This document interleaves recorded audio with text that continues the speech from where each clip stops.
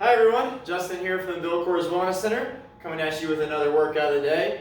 For today's workout, we've got a body part Blitz workout, and basically what we're going to do is we're going to start with two Tabata intervals. And basically a Tabata interval, for those of you that don't know, is high intensity interval training where we've got either one or two exercises in this instance that we're going to be doing for 20 seconds on as hard as we can, 10 seconds off, complete rest, try to catch your breath.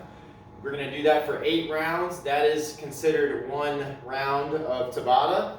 And so we've got 3 different Tabata intervals that we're going to start with. And then we're going to move to the second half of the workout, which is a 4 exercise superset where we're running 4 rounds as fast as we can for time. So as quickly as we can, keeping rest nice and low. So with that said, let's go ahead and get into this. Before we get started, you're going to need something for a weight implement. I definitely suggest a weighted backpack. If you don't have any weights around the house, that's definitely something that everyone should have. And make sure you've got a decent amount of weight in it for what we're going to be doing today. Otherwise, if you've got a kettlebell or a dumbbell or pairs of kettlebells and dumbbells, that's even better. But basically for this first Tabata, we're going to be completing a single arm thruster. A thruster is also known as just a squat to press. And so if you're using that bag, we're going to pick an arm to start with. It's a single arm thruster, so make sure the feet are hip width apart, toes are slightly pointed outwards. I'm going to squat down, resist any rotation, press over my head. We're going 20 seconds one side, rest for 10, switch arms, 20 seconds the other, as quickly as you can, keep in good form. Try not to let that elbow flare out as you press. Try to keep it more stacked underneath the wrist. Once you finish 8 rounds there, 4 on each arm, you're going to rest 60 seconds, move on to the second Tabata. For the second Tabata, we've got actually 2 different moves we're going to be doing. So first we're going to do a floor press. So that's just essentially a bench press from the floor instead of a bench. And then we are going to lay back on our back. We're going to bridge up into a glute bridge hold. And then from here, I'm doing a close grip press for the 20 seconds. Rest 10. I'm going to alternate that with the second exercise. So I'm going to real quickly work myself up to standing. I'm going to take my weight implement. I'm going to hinge at my hips, and I'm going to do what's called a reactive row. I'm going to pull up, elbows close to the body. I'm going to drop this, then catch it before it hits the bottom. So that's what it looks like. Make sure you're keeping that chest up, back stays flat, belly button's pulled towards the spine. Those are your 2 moves for those 8 rounds. So you're going to be doing that glute bridge hold floor press for the every odd round, every even round, you're going to be doing that reactive bent over row. Once you finish that, you're going to rest 60 more seconds, and then go into the third and final Tabata, where we're going to be completing a Sumo deadlift to upright row. And by the way, if you had like a dumbbell or a kettlebell, or just one of them, or even if you had 2, you could push them together, or just use one as you're doing these. So as you're doing your press, and then same thing, if I only had one and I'm doing the row, I can do one arm at a time and alternate. So I bring it up, let go of it, and then try to decelerate that weight. It's going to want to pull me. I need to stay nice and square, keep the core nice and tight. So that's doing that second Tabata. And then moving into the third one, we've got a Sumo deadlift to high or upright row. We're going to take a Sumo stance. So that's feet definitely wider than hip width, toes slightly pointed outwards. I want to hinge at my hips, keep my knees soft. Give you the side angle here. To complete this, I'm going to tighten underneath my armpits, good deadlift form, and then I'm going to take an overhand grip on whatever I'm using. That's why a backpack works well, dumbbells work well for this, and kettlebell does too. Because you should have the handle going horizontally so that I can deadlift it up as my hips extend, I'm gonna raise elbows higher than wrist. So from the side, it looks like this, or from the front, it looks like this.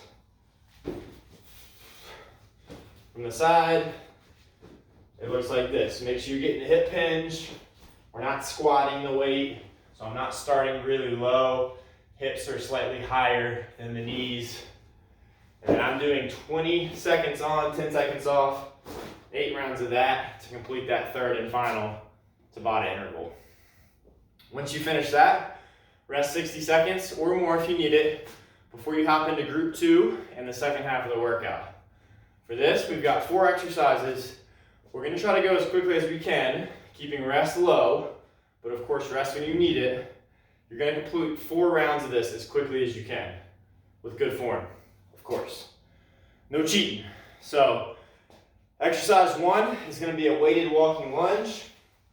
If you've got the backpack, you're gonna be bear hugging it. If you've got dumbbell or kettlebell, I want you holding it in a goblet fashion. So we're gonna take a big step forward, alternate walking lunges with whatever space you've got available to you. Making sure that the knee is coming down close to the floor or touching it very lightly, and that the toe is pointed forwards when you take that step.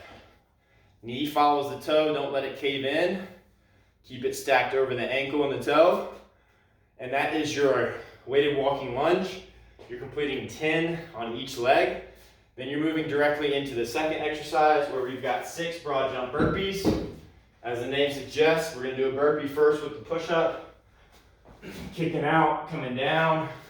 When I stand up, instead of jumping straight up like a normal burpee, I'm gonna jump out for a broad jump, turn around, same thing going this way. Make sure you're triple extending through the hips, knees, and ankles to get you covering as much distance as you can. 6 of those, then you're going directly into the third exercise, which is a hollow body hold for our abs.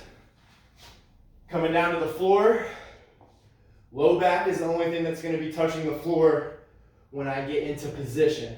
So arms come overhead, feet float about 12 inches off the floor, and I'm kind of shaped like a banana. I'm holding this, driving my low back into the floor by keeping my core and abs nice and tight. Breathe as normally as possible here. In through the nose, out through the mouth. 30-second hold for that hollow body. And that is it for the third exercise. Then you're rolling into the fourth and final exercise of this group 2, which is going to be a lateral bear crawl. We are doing 6 steps each direction. Use the space you've got. When I get into that nice bear crawl position, knees are a couple inches off the floor. You'll notice I'm not slouched into my shoulders. I'm driving that floor away from me. I'm keeping my core nice and tight. And I'm stepping laterally as I do this. 6 each direction. You could do, if you've got the space, go 6 all one way, 6 all the other. Otherwise, use the space that you've got. You notice here I don't have a whole ton of space. So I do 2 one direction, 2 the other, until I get a total of 12. That is one complete set. So you've got those 4 group 2 exercises. Do them as quickly as you can. Rest when you need it. But you're shooting for 4 rounds of those 4 exercises as quickly as you can, maintaining proper form throughout. Hopefully, this gets everything burning for you, and we didn't leave a single body part out of the equation here. Hope you enjoyed it, and I'll see you next time.